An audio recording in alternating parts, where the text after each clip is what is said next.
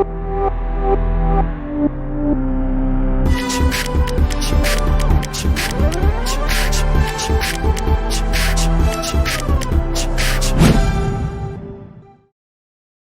दोस्तों, तो अब हम लोग साइआर के एनालाइजेशन करेंगे। साइआर का एज सच कोई फिजिकल सिग्निफिकेंस तो नहीं है, लेकिन ऑर्बिटल को पहचानने में साइआर हमें बहुत ज्यादा मदद करता है। ठीक है, सो साइआर जो वेव फंक्शन है, वो वेव फंक्शन का जो इक्वेशन होता है इन टर्म्स ऑफ आर, वो इक्वेशन किस प्रोफाइल का होता है उसके बारे में हम सबसे पहले चर्चा करते हैं। ठीक है, ओके। जो हमारा साइआर का ग्राफ होता है, जो हमारा साइआर का इक्वेशन होता है, सबसे पहले फॉर एस ऑर्बिटल, अगर हम एस ऑर्बिटल के लिए देखें, साइआर जो होता है that is of the format of some function F R, जहां पे F0 is not equals to 0, यानी इस ऑर्बिटल का जो भी वेव फंक्शन होगा वो हमारा 0 पे कभी भी 0 नहीं होगा। तो इस ऑर्बिटल का वेव फंक्शन तो बिल्कुल ही डिस्टिंक्ट फॉर्म में हमें नजर आने वाला है। ठीक है, अच्छा, नाउ फॉर p ऑर्बिटल, जो मेरा p ऑर्बिटल का वेव फंक्शन होता है, तो ध्यान देना है उसका जो साइआर होता है that is of the format r into F are. उसमें एक r जो है वो हमारा कॉमन बाहर निकलेगा, और उसके अलावा जो बाकी बचा हुआ पार्ट होगा वो फाइनाइट होना चाहिए, उस पर r0 पुट होना चाहिए। ठीक है, तुम जबरदस्ती नीचे डिवाइडेड बाय r नहीं ला सकते हो। और यहां पर जो हमारा F0 है वो भी हमारा 0 के इक्वल नहीं होना चाहिए। ठीक है, यानी ऑब्वियसली बात है साई 0 हमारा 0 है, लेकिन R कॉमन लेने के बाद जो पार्ट बचेगा वो वाले पे जो हम अगर 0 पुट करेंगे तो वो वाला पार्ट हमारा 0 नहीं आने वाला है। ठीक है, नाउ फॉर d ऑर्बिटल, अगर हमारे पास d ऑर्बिटल है तो d ऑर्बिटल का जो वेव फंक्शन होगा psi r, that will be of the format r square into F R, यानी उसमें से r स्क्वायर हमारा कॉमन बाहर निकलेगा। ठीक है, और उसका F0 जो है वो हमारा 0 नहीं होगा, यानी r स्क्वायर कॉमन लेने के बाद बाकी जो पार्ट बचेगा वो 0 पर 0 नहीं होगा। And last for f orbital, ये जो नेचर है that is independent of n, ये जो नेचर है वो हमारा इंडिपेंडेंट ऑफ n होगा। साइआर जो होगा that will be of the format r cube into F R, F0 is not equals to 0। ये चार चीज जो है वो हमें सबसे पहले याद होनी चाहिए। ठीक है, अच्छा, इन जनरल अगर मैं जनरल टर्म्स में बात करूं, अगर मान लो हमारे पास कोई भी ऑर्बिटल है, ठीक है, जिसका प्रिंसिपल क्वांटम नंबर n है और एजिमुथल क्वांटम नंबर जो है वो हमारा l है। प्रिंसिपल क्वांटम नंबर n है और एजिमुथल क्वांटम नंबर l है, तो उसका जो हमारा वेव फंक्शन होगा psi r, that is some constant k, that is some constant k into r to the power of l, यानी s के लिए l0 है तो यहां पर कोई r का टर्म नहीं आएगा। p के लिए जो हमारा l है वो 1 है तो यहां पे r का टर्म आएगा। d के लिए l2 है तो r स्क्वायर का टर्म आएगा, और f के लिए l3 है तो यहां पे r क्यूब का टर्म आएगा। इनटू अ पॉलिनोमियल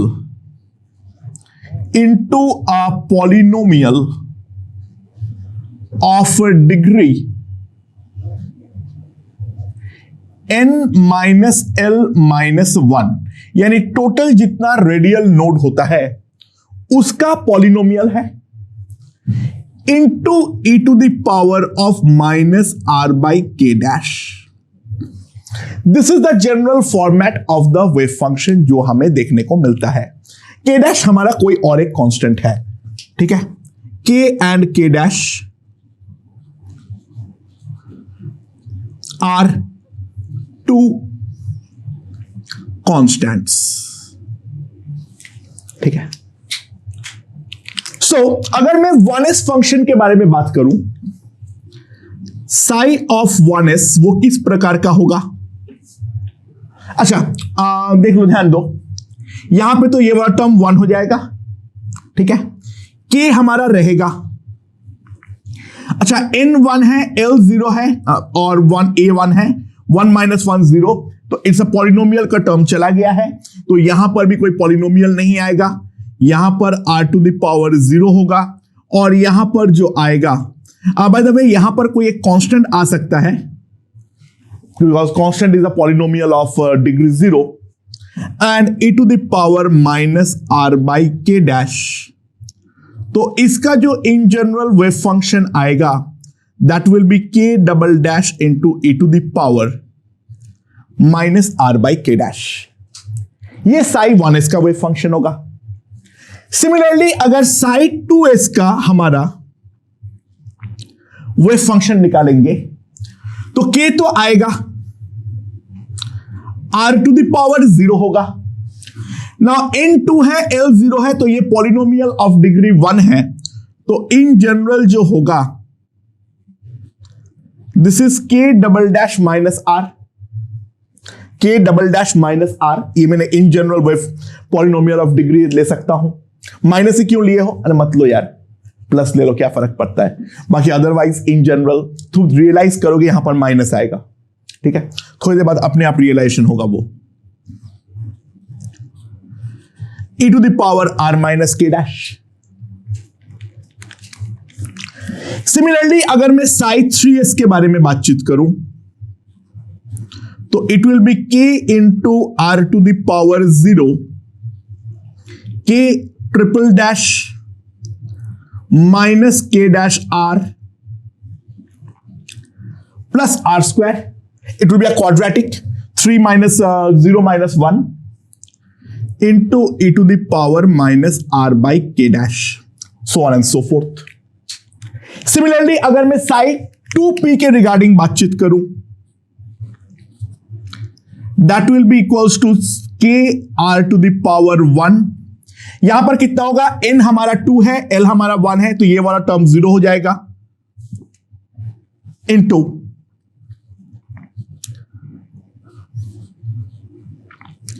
ये आ जाएगा k double dash into r, इस फॉर्मेट का आएगा साई 2p। साई 3p हमारा कितने टर्म का आएगा, किस तरीके का आएगा, k into r⁴1 k double dash minus r, इस फॉर्मेट का आएगा। सिमिलरली अगर मैं 3D के बारे में बातचीत करूं, साई 3D कितना होगा, किस प्रकार का वेव फंक्शन बनेगा, it will B k into L का वैल्यू 2 है, तो यहां पे r² आएगा। यहां पर देख ले n3 है, l हमारा पास 2 है, ये 1 है, तो ये पॉलिनोमियल नहीं रहेगा, ये कांस्टेंट हो जाएगा, e⁻ r/k डैश, तो that is k double dash into r² into e⁻ r/k dash। And similarly अगर मैं साई 4f के रिगार्डिंग बातचीत करूं तो that will B k r³, n हमारा 4 है, l हमारा 3 है, तो अगेन ये वाला टर्म खत्म हो जाएगा, that will be some constant r - k dash, so it will come out to be of the format,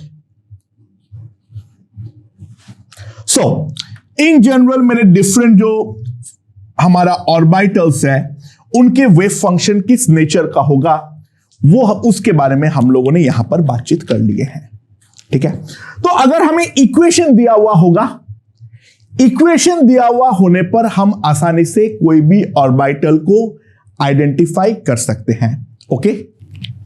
okay दोस्तों, तो मैं यहां पर एक वेव फंक्शन लिख रखा हूं। क्या ये हमें याद रखना है? नहीं नहीं, बिल्कुल भी याद नहीं रखना है। मुझे भी याद नहीं था, मैं देख के लिखा हूं। ठीक है, अच्छा, तो ये अगर हमारा वेव फंक्शन दिया हुआ है तो सवाल ये है जो आइडेंटिफाई द ऑर्बिटल, ये कौन सा ऑर्बिटल के बारे में बातचीत हो रही है ये बताओ। अच्छा, ऑब्वियस सी बात है, हम लोग यहां पे मान लो अगर डी ऑर्बिटल निकला तो ये तो हम बोल नहीं सकते ये कौन सा वाला डी है। कौन सा वाला डी है वो तो एंगुलर पार्ट से डिसाइड होगा। पी में भी हम डिसाइड नहीं कर पाएंगे ये पी एक्स है, पी वाई है या पी जेड है। हम केवल जो करेंगे principal quantum number N decide करेंगे और जो हमारा एजिमुथल क्वांटम नंबर एल है वो हम डिसाइड करेंगे।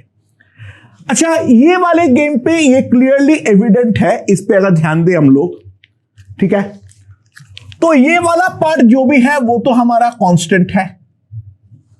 तो ये इस फॉर्मेट का अगर है, इसको तो हम के नाम दे देते हैं और उस के अंदर Z R by A naught को भी डाल दो। उसके बाद जो बचता है वो है, बचता है आर। यहां पर जो बचता है वो बचता है 1 माइनस के डबल डैश इंटू आर, और यहां पर जो बचता है वो बचता है e to the power minus R by K dash.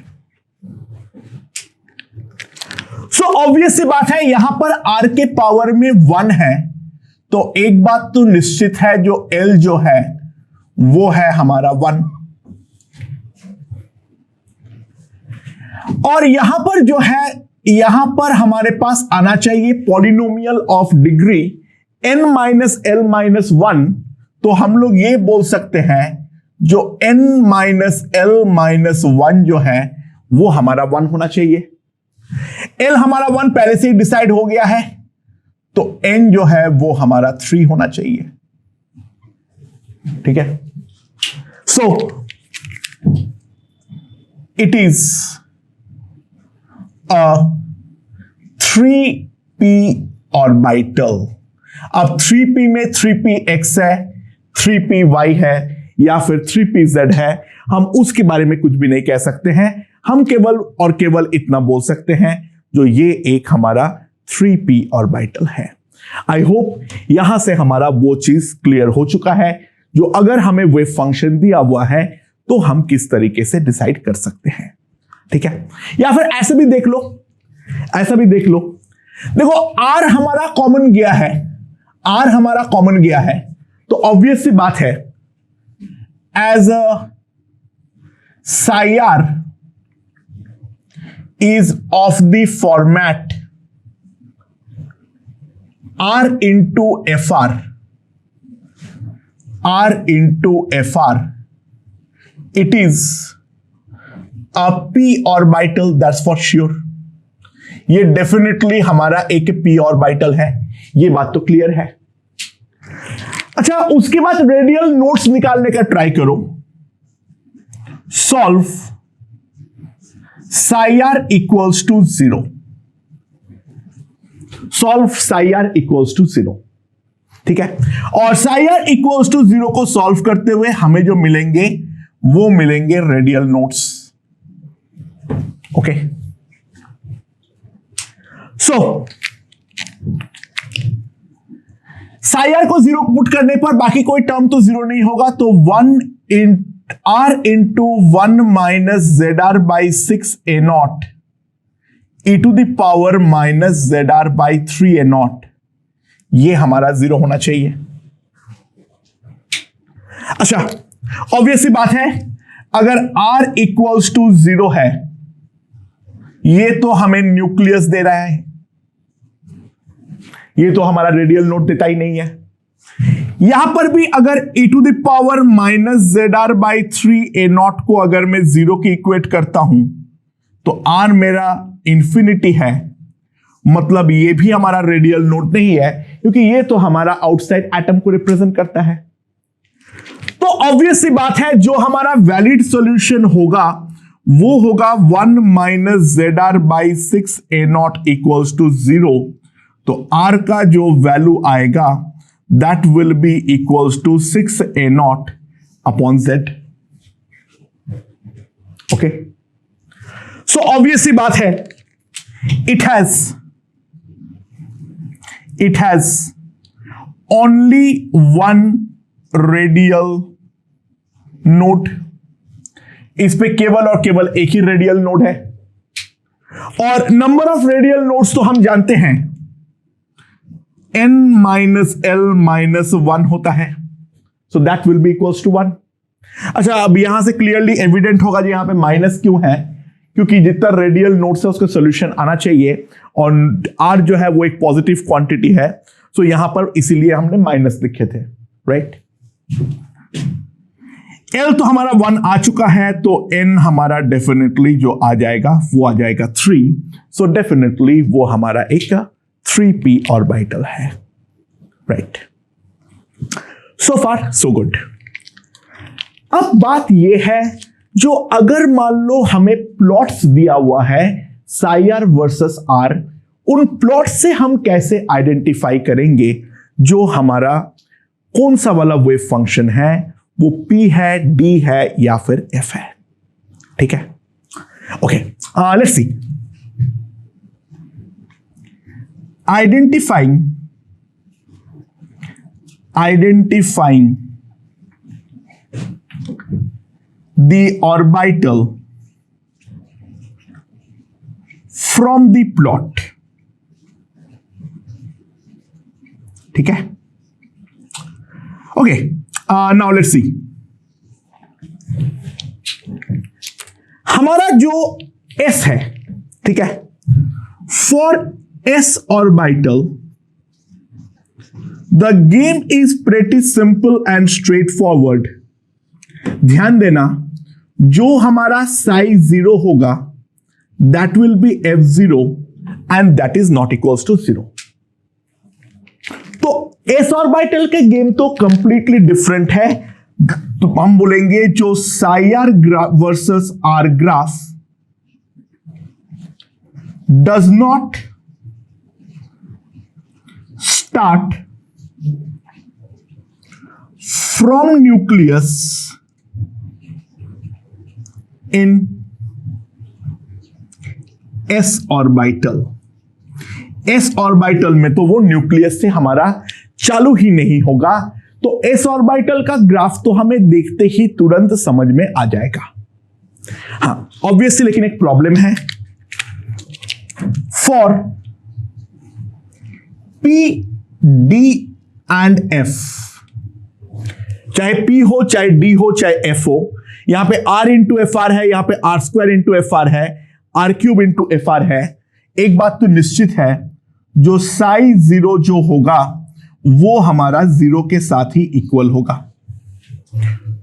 तो ओरिजिन में वैल्यू को देखते हुए तो हम ये पहचान नहीं सकते हैं वो P है, D है या फिर F है, यानी all start from nucleus, all starts from nucleus. Okay,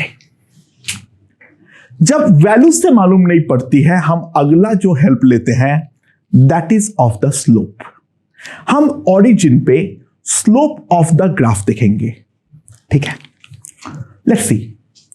तो अगला जो है slope of psi R versus R at origin. Slope of psi R versus R at origin, ठीक है। स्लोप कैसे निकालेंगे हम लोग? ध्यान देना, जो हमारा P ऑर्बिटल है उसका है R इंटू एफ आर, ठीक है।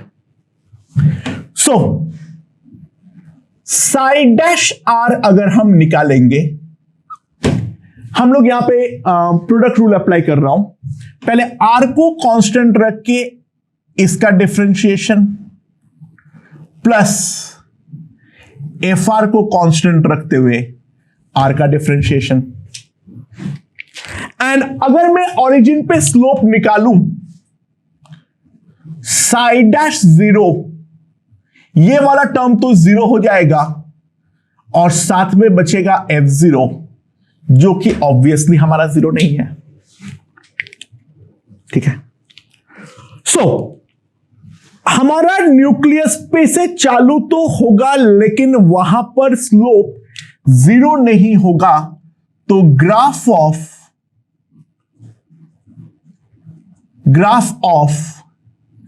psi r versus r for p will be like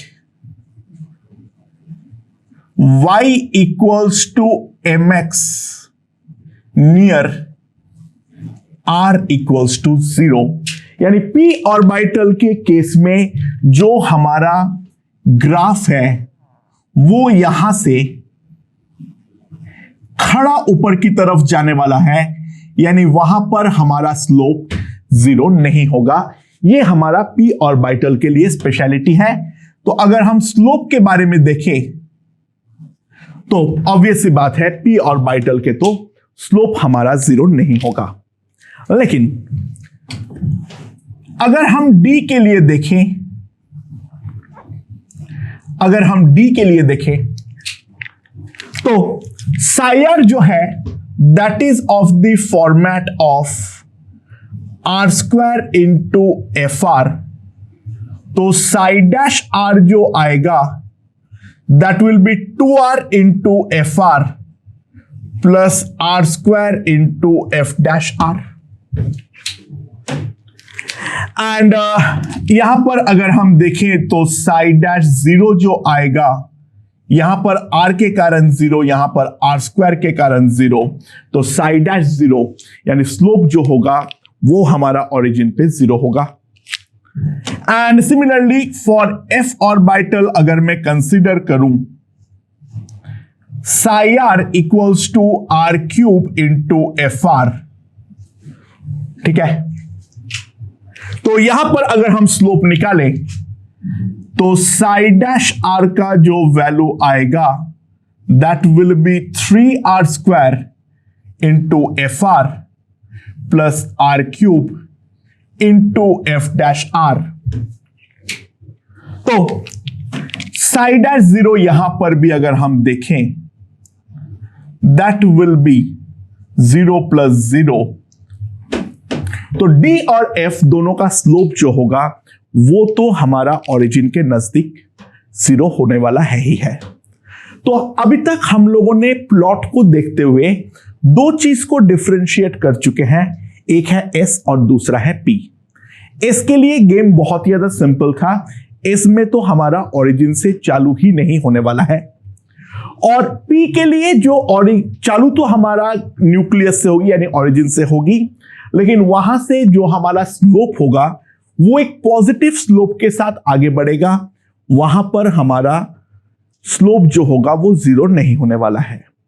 d और f दोनों का ओरिजिन पे स्लोप जो होगा दैट विल बी 0।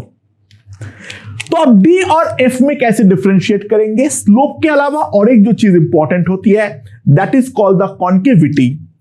तो लास्ट हम लोग देखेंगे concavity of psi r versus r at origin।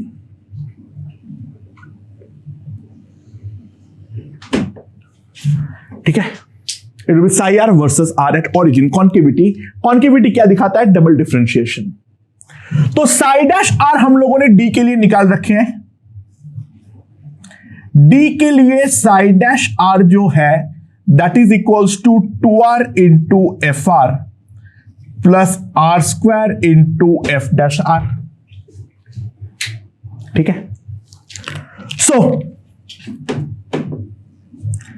psi double dash r जो आएगा वो हमारे पास कैसे आने वाला है? psi डबल डैश r अगर मैं देखूं, पहले fr को कांस्टेंट रखते हुए r का differentiation plus 2r into F dash R, इसका डिफरेंशिएशन। अब आर स्क्वायर को कांस्टेंट रखते हुए एफ डैश आर का डिफरेंशिएशन और एफ डैश आर को कांस्टेंट रखते हुए आर स्क्वायर का डिफरेंशिएशन, ये मेरे पास psi डबल डैश आर आएगा। सो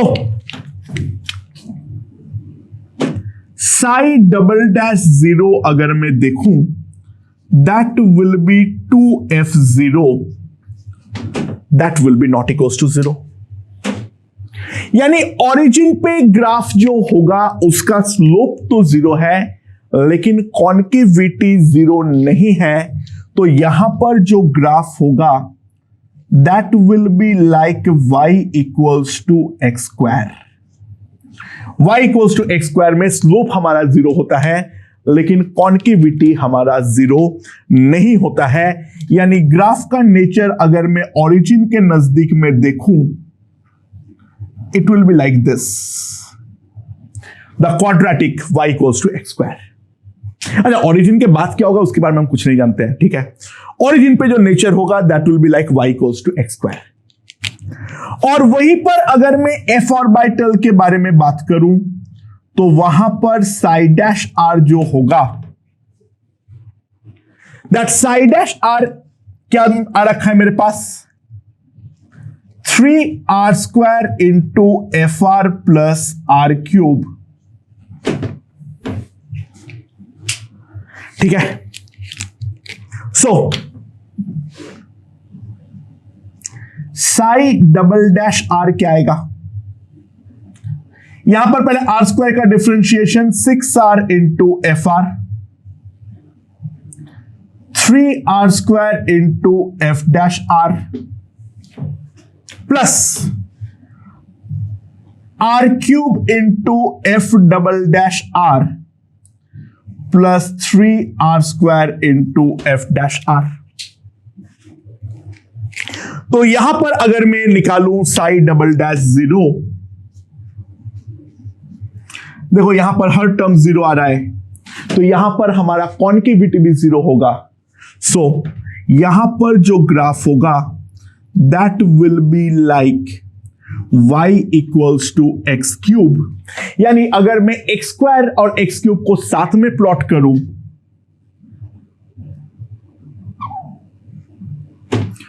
so near the origin the graph of f orbital will be much flatter as compared to d orbital।